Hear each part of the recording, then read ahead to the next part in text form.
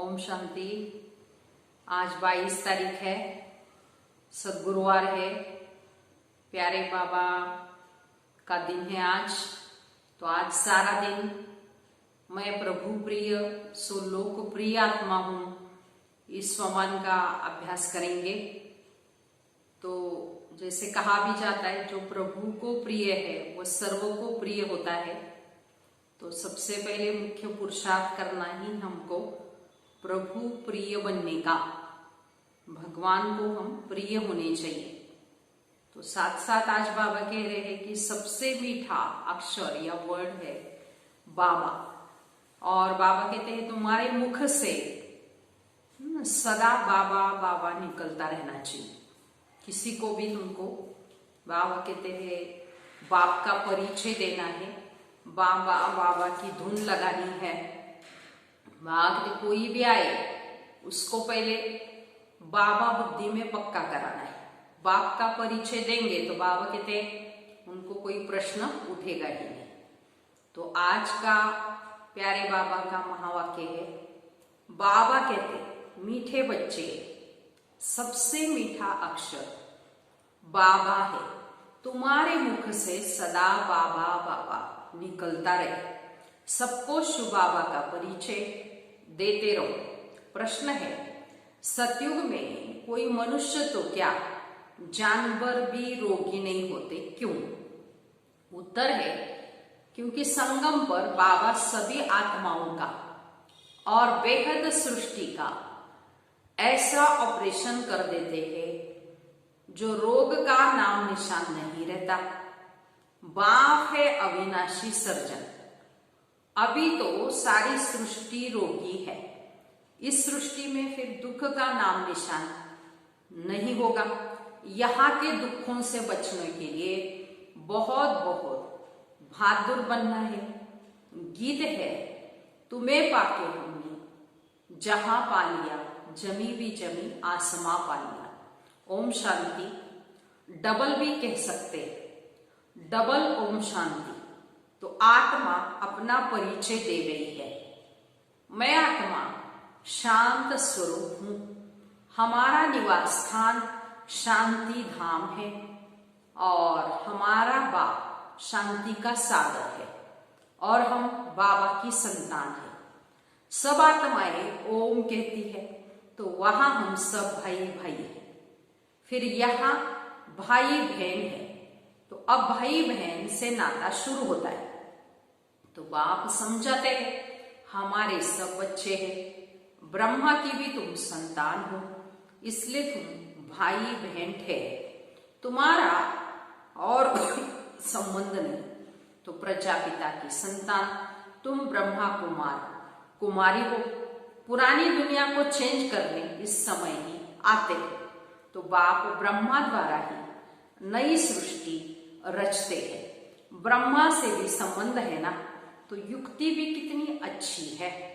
तो सब ब्रह्मा कुमार कुमारी अपने को आत्मा समझ बाप को याद करना है और अपने को भाई बहन समझना है। तो क्रिमिनल आय नहीं रहनी चाहिए। यहाँ तो कुमार कुमारी जैसे बड़े बड़े होते जाते हैं तो आंखें क्रिमिनल बनती जाती है, फिर क्रिमिनल एक्ट भी कर लेते हैं। तो क्रिमिनल एक्ट होती है रावण राज्य। सतयुग में क्रिमिनल एक्ट होती है और किसी की आंखें भी क्रिमिनल होती ही नहीं, क्रिमिनल अक्षर ही नहीं होता। यहाँ तो क्रिमिनल एक्ट बहुत है, उनके लिए फिर कोर्ट आदि भी है, तो वहां कोर्ट आदि भी नहीं होता। तो वंडर है ना, न जेल न पुलिस न चोर आदि होते हैं। ये सब दुख की बातें हैं जो यहाँ ही हो रही है। इसलिए बच्चों को समझाया गया है कि ये तो खेल और सुख और दुख का, हार और जीत का है, तो इनको भी तुम समझते हो। गाया हुआ भी है, माया से हारे हार, माया पर जीत पाकर आधा कल्प के लिए बागधम राज्य करते, फिर आधा कल्प हारना पड़ता है। ये कोई नई बात नहीं। तो यह तो साधारण पाई पैसे का खेल है। फिर तुम मुझे याद करते हो तो अपना राज्य भाग्य आधा कल्प के लिए लेते हो। तो रावण राज्य में मुझे भूल जाते हैं। रावण दुश्मन है, उनको हर वर्ष भारतवासी जलाते हैं। तो जिस देश में बहुत भारतवासी होंगे वहां भी जलाते होंगे। कहेंगे ये भारतवासियों की धर्म का उत्सव है, तो दशहरा मनाते हैं, तो बच्चों को समझाना है, वो तो हद की बात है। रावण राज्य तो अभी सारे विश्व पर है, सिर्फ लंका पर नहीं है। विश्व तो बहुत बड़ी है ना। तो बाबा ने समझा ये सृष्टि सारी सागर पर खड़ी है। तो मनुष्य कहते हैं नीचे एक बैल व गौ है जिनके सिंग पर सृष्टि खड़ी है। फिर जब वो थक जाते हैं तो बदलते हैं। अब ये बातें तो है नहीं। पृथ्वी तो पानी पर खड़ी है, चारों तरफ पानी ही पानी है। तो अभी सारी दुनिया में रावण का राज्य है। फिर राम अथवा ईश्वरीय राज्य स्थापन करने बाप को आना पड़ता है। तो सिर्फ ईश्वर कहने से भी कह देते हैं ईश्वर तो सर्वशक्तिमान है, सब कुछ कर सकते। फालतू महिमा होती जाती है, इतना लव नहीं रहता। या ईश्वर को बाबा कहा जाता है। बाबा कहने से वर्षा मिलने की बात हो जाती है। तो शिव बाबा कहते हमेशा बाबा बाबा कहना चाहिए। ईश्वर व प्रभु आदि अक्षर भूल जाने चाहिए। बाबा ने कहा है माँ में एकम याद करो। तो प्रदर्शनी आदि में भी जब समझाते हो तो घड़ी घड़ी शिव बाबा का परिचय किसी को भी दो। शिव बाबा एक ही ऊंचते ऊंच है जिसको गॉड फादर कहा जाता है। तो मुसलमान अल्लाह कहते हैं। तो सुबह को 10 मिनट बैठकर कुरान का अर्थ करते हैं। तो अल्लाह मियाँ ने कहा है किसको दुख नहीं देना चाहिए, तो ये नहीं करना चाहिए। ऐसे नहीं समझते कि बाबा ने कहा है। तो बाबा ने कहा बाबा अक्षर सबसे मीठा है। शिव बाबा ऐसे मुख से निकलना चाहिए सारा है। मनुष्य तो बाग मुख तो मनुष्य का ही होगा ना, गौ का मुख थोड़ी हो सकता है। तो तुम हो शिव शक्तियां, तुम्हारे मुख कमल से ज्ञान अमृत ही निकलता है। तो तुम्हारा नाम वाला करने गौमुख कह दिया है। गंगा के लिए ऐसे नहीं कहेंगे तुम्हारे मुख कमल से ज्ञान अमृत निकलता है। मुख कमल से अमृत अभी निकलता है। ज्ञान अमृत पिया तो फिर विष पी नहीं सकते। अमृत पीने से तुम देवता बनते हो। अब मैं आया हूं असुरों को देवता बनाने के लिए। तो तुम अभी दैवी संप्रदाय बन रहे हो। तो संगम युग कब कैसे होता है ये भी किसी को पता नहीं। तो तुम जानते हो हम ब्रह्मा कुमार कुमारी पुरुषोत्तम संगम युगी है, बाकी जो भी है सब कलयुगी है। तो तुम कितने थोड़े हो, झाड़ की नॉलेज तुमको है। झाड़ पहले छोटा होता है, फिर धीरे धीरे वृद्धि को पाता है। मतलब आगे जैसे बीज से पहले 2 पत्ते निकलते हैं, फिर धीरे धीरे बाबा कहते झाड़ बढ़ते जाता है। फट से कोई झाड़ नहीं बढ़ेगा। तो उसकी जो प्रोसेस है बाबा कहते बिल्कुल स्लो है, मतलब शांति से होती रहती, एकदम स्लो रीति से झाड़ बढ़ेगा। तो कितनी इन्वेंशन निकालते हैं कि बच्चे पैदा कम कैसे हो, परंतु नर चाहता कुछ और भई कुछ और की और है। सबकी मृत्यु तो होनी ही है।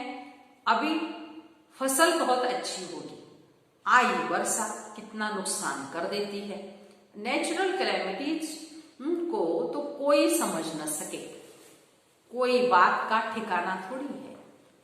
कहा फसल हो और बर्फ के ओले पड़ जाए तो कितना नुकसान हो पड़ता है। तो बारिश न पड़े तो भी नुकसान।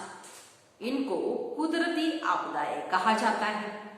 तो ये तो ढेर होने वाली, इनसे बचने के लिए बहुत बहुत बहादुर होना चाहिए तुमको। कोई का ऑपरेशन होता है तो कई वो देख नहीं सकते हैं, देखते ही अनकॉन्शियस हो जाते हैं। तो अभी इस बागते सारी छीछी सृष्टि का ही ऑपरेशन होना है। तो बाबा कहते मैं आकर सबका ऑपरेशन करता हूं। तो सारी सृष्टि रोगी है। अविनाशी सर्जन भी बाप का ही नाम है, जो सर्जनों का सर्जन। वो सारे विश्व का ऑपरेशन कर देंगे, जो फिर विश्व में रहने वालों को कभी दुख होगा ही नहीं। कितना बड़ा सर्जन है। तो आत्माओं का ऑपरेशन, तो बेहद सृष्टि का भी ऑपरेशन करने वाला है। तो वहां मनुष्य तो क्या, बाबा कहते जानवर भी कभी रोगी नहीं होते, तो देवताएं कभी रोगी भी नहीं होते। तो बाबा समझाते मेरा और बच्चों का क्या पार्ट है। इसको कहते हैं रचना के आदि मध्य अंत का ज्ञान जो तुम ही ले रहे हो। तो बच्चों को पहले पहले तो ये खुशी होनी चाहिए। आज सतगुरुवार है, तो हमेशा बाबा कहते हैं बच्चों को सत बोलना चाहिए। व्यापार में भी कहते हैं ना, सत बोलो, ठगी की बात ही नहीं करो। फिर भी लोभ में आकर कुछ जास्ती दाम बताकर सौदा कर देंगे। तो सच तो कभी कोई बोलते ही नहीं, झूठ ही झूठ बोलते हैं। इसलिए सत्य को याद करते रहते हैं। कहते हैं ना, सतनाम संग है। तो अब तुम जानते हो बाबा जो सत्य है वही संग चलेंगे हम आत्माओं के। अभी सत्य के साथ तुम आत्माओं का संग हुआ है, तो तुम ही साथ जाएंगे। तो तुम बच्चे जानते हो यीशु बाबा आया हुआ है, जिसको ट्रुथ कहा जाता है। वह हम आत्माओं को पवित्र बनाकर साथ ले जाएंगे। एक ही बात। तो सतयुग में ऐसे नहीं कहते कि राम नाम संग है या सतनाम संग है, तो नहीं। बाबा कहते अब तुम बच्चों के पास में आया हूं, नयनों पर बिठाई ले जाता। ये नयन नहीं, ज्ञान का तीसरा नेत्र। तो तुम जानते हो हम इस समय बाबा कहते हैं तुम जानते हो इस समय बाबा आया है, साथ ले जाएंगे। शंकर की बारात नहीं है। कौन सी बारात है? शिव की बारात। तो शिव के बच्चों की बारात, वो पतियों का पति भी है। कहते हैं तुम सब ब्राइड्स हो और मैं हूं ब्राइड ग्रूम। माना बाबा राम है और हम सब उसकी सीता है। तो तुम सब आशिक हो, मैं हूं माशूक। तो माशूक एक ही होता है। तो तुम आधा कल्प से मुझ माशूक के आशिक हो। तो अभी मैं आया हूं, सब भक्तियां है, भक्तों की रक्षा करने वाला भगवान है। तो आत्मा भक्ति करती है शरीर के साथ। सतयुग त्रेता में भक्ति होती ही नहीं है। बाबा कहते भक्ति का फल सतयुग में भोगते हैं। तो बाबा कहते भक्तों की रक्षा करने वाला भगवान। भक्ति का फल सतयुग में भोगते, जो ज्ञान के द्वारा हमको वो प्राप्ति मिलती है। जो अब बच्चों को दे रहे हैं वो तुम्हारा माशूक है, जो तुमको साथ ले जाएंगे। फिर तुम अपने पुरुषार्थ अनुसार जाकर वहां राज्य भाग्य लेंगे। ये यहाँ भी कहाँ भी लिखा हुआ नहीं है कोई शास्त्रों में वगैरह। कहते हैं शंकर ने पार्वती को अमर कथा सुनाई। तो तुम सब हो पार्वती, आत्मा रूपी पार्वतियां। मैं हूं कथा सुनने वाला अमरनाथ शिव बाबा। अमरनाथ एक को ही कहा जाता है। तो ऊंच से ऊंच बाप है, उनको तो अपनी देह नहीं। कहते मैं अमरनाथ तुम बच्चों को अमर कथा सुनाता हूं। शंकर पार्वती यहां कहां से आए? तो वो तो है ही सूक्ष्मतन, जहां सूर्य चांद की रोशनी नहीं रहती। तो सत्य बाप अभी तुमको सत्य कथा सुनाते हैं। तो बाप बिगर सच्ची कथा कोई सुना न सके, ये भी समझते हो विनाश होने में टाइम लगता है। कितनी बड़ी दुनिया है, कितने ढेर मकान आदि गिरकर खत्म होंगे। तो अर्थक्वेक में कितना नुकसान होता है, कितने लोग मरते हैं। तो बाकी तुम्हारा छोटा झाड़ होगा। दिल्ली परिस्थान होगी सतयुग में। एक ही परिस्थान में लक्ष्मी नारायण का राज्य चलता है। कितने बड़े बड़े महल बनते होंगे, बेहद की जागीर मिलती है। तो तुमको कुछ खर्चा नहीं करना पड़ता। बाबा कहते इनकी ब्रह्मा की लाइफ में कितना सस्ता अनाज था पहले। तो सतयुग में कितना सस्ता होगा ना। तो दिल्ली जितने तो एक एक के घर और जमीन आदि होगी वहां। मीठी नदियों पर तुम्हारा राज्य चलेगा। तो एक एक को क्या नहीं होगा, बाबा कहते सुना रहे, सदा अन्न मिलता ही रहेगा। वहां के फल फूल भी देखते हो कितने बड़े बड़े फर्स्ट क्लास होते हैं। तो तुम शुभी रस पीकर आते हो। तो कहते थे वहां माली है। अब माली तो जरूर वैकुंठ में अथवा नदी किनारे होगा ना। तो वहां कितने थोड़े मनुष्य होंगे। तो कहाँ इतनी करोड़ों और कहाँ 9 लाख होंगे देखो। और सब कुछ तुम्हारा होगा। तो बाबा ऐसी राजाई हमको देते हैं जो हमसे कोई छीन न सके। तो आसमान धरती आदि सबके मालिक तुम रहते हो। तो गीत भी बच्चों ने सुना ना। तो ऐसे ऐसे गीत 6-8 है जो सुनने से खुशी का पारा चढ़ जाता है। तो देखो अवस्था में कुछ गड़बड़ है तो गीत बजा लो, बाबा कहते हैं ये है खुशी के गीत। तो तुम तो अर्थ भी जानते हो। तो बाबा बहुत युक्तियां बताते हैं अपने को हर्षित मुख बनाने की। तो सदा कहते खुश रहना है, हर्षित रहना है। तो बाबा ने एक युक्ति सुनाई गीत बजाने की। तो बाबा को लिखते हैं बाबा इतनी खुशी नहीं रहती। तो माया के तूफान आते हैं। अरे माया के तूफान आए, तुम बाजा बजा लो। खुशी के लिए बड़े बड़े मंदिरों में भी फाटक पर बाजा बजता रहता है। बॉम्बे में भी सुना रहे बाबा कैसे फिर बाबा कहते फर्स्ट क्लास। और अभी मोबाइल बना है, छोटे छोटे टेप्स है जिस पर बाबा कहते आप अच्छे अच्छे गीत सुन सकते। तो बॉम्बे में माधव बाग में लक्ष्मी नारायण के मंदिर में तो फाटक पर ही बाजा बजता रहता है। तो तुमको कहते ये फिल्मी रिकॉर्ड क्यों बजाते। तो उनको क्या पता कि ड्रामानुसार ये काम में आने वाली चीज है। इनका अर्थ तो तुम बच्चे समझते। तो ये सुनने से खुशी में आ जाए, परंतु बच्चे भूल जाते हैं। घर में किसको गमी होती है तो भी गीत सुनकर बड़े खुश होंगे। तो ये बहुत ही वैल्यूबल चीज है। बाबा कहते हैं कोई के घर में झगड़ा चलता है, बोलो भगवान मच, काम महाशत्रु है। इन पर जीत पाने से हम विश्व के मालिक बनेंगे। फिर फूलों की वर्षा होगी, जय जयकार हो जाएगी, सोने के फूल बरसेंगे। बाबा तो तुम अभी कांटे से सोने के फूल बन रहे हो ना। फिर भी तुम्हारा अवतरण होगा, फूल नहीं बरसते लेकिन तुम फूल बनकर फिर आते हो। तो मनुष्य समझते हैं सोने के फूल बरसते। बाबा मिसाल दे रहे हैं, एक राजकुमार विलायत में गया, वहां पार्टी दी, उनके लिए सोने के फूल बनवाए, सबके ऊपर वर्षा की, खुशी के मारे इतनी खातिरी की, देखो सच्चे सच्चे सोने के बनाए। तो बाबा उनकी स्टेट आदि को भी अच्छी रीति जानते हैं। तो वास्तव में तुम फूल बनकर आते हो, सोने के फूल तुम ऊपर से उतरते हो। तो तुम बच्चों को कितनी लॉटरी मिल रही है।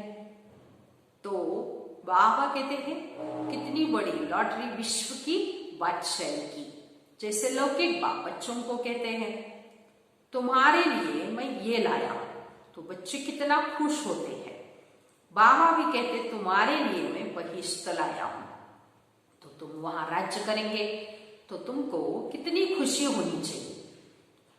कोई को छोटी सौगात देते हैं तो कहते हैं बाबा आप तो हमको विश्व की बादशाही दे देते हो, यह सौगात क्या करें।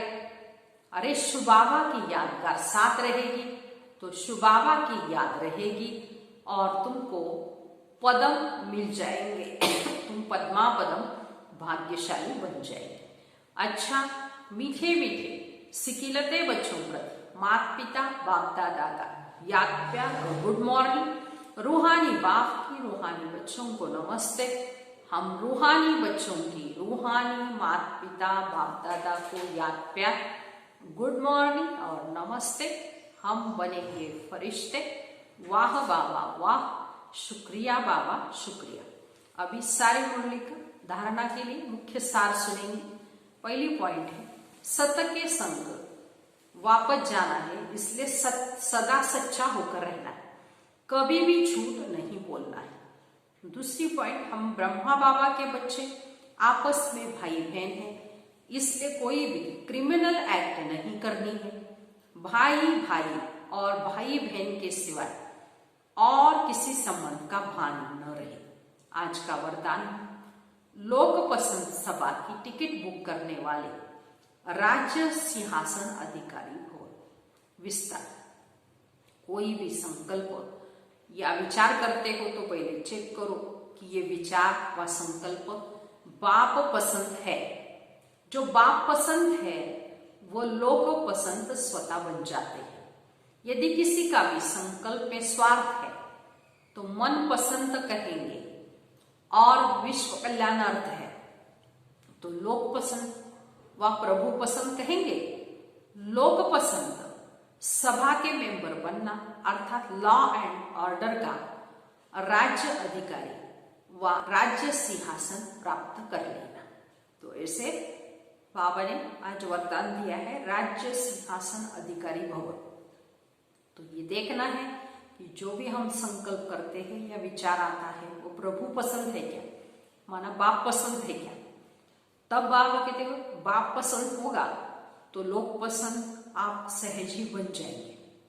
बाबा कहते यदि कोई भी संकल्प करते हैं मन पसंद है तो वो विश्व कल्याणार्थ नहीं है, उसको लोक पसंद या प्रभु पसंद नहीं कहेंगे। अगर लोक पसंद सभा के मेंबर बनना है तो बाबा कहते हैं लॉ एंड ऑर्डर का राज्य अधिकारी बनना।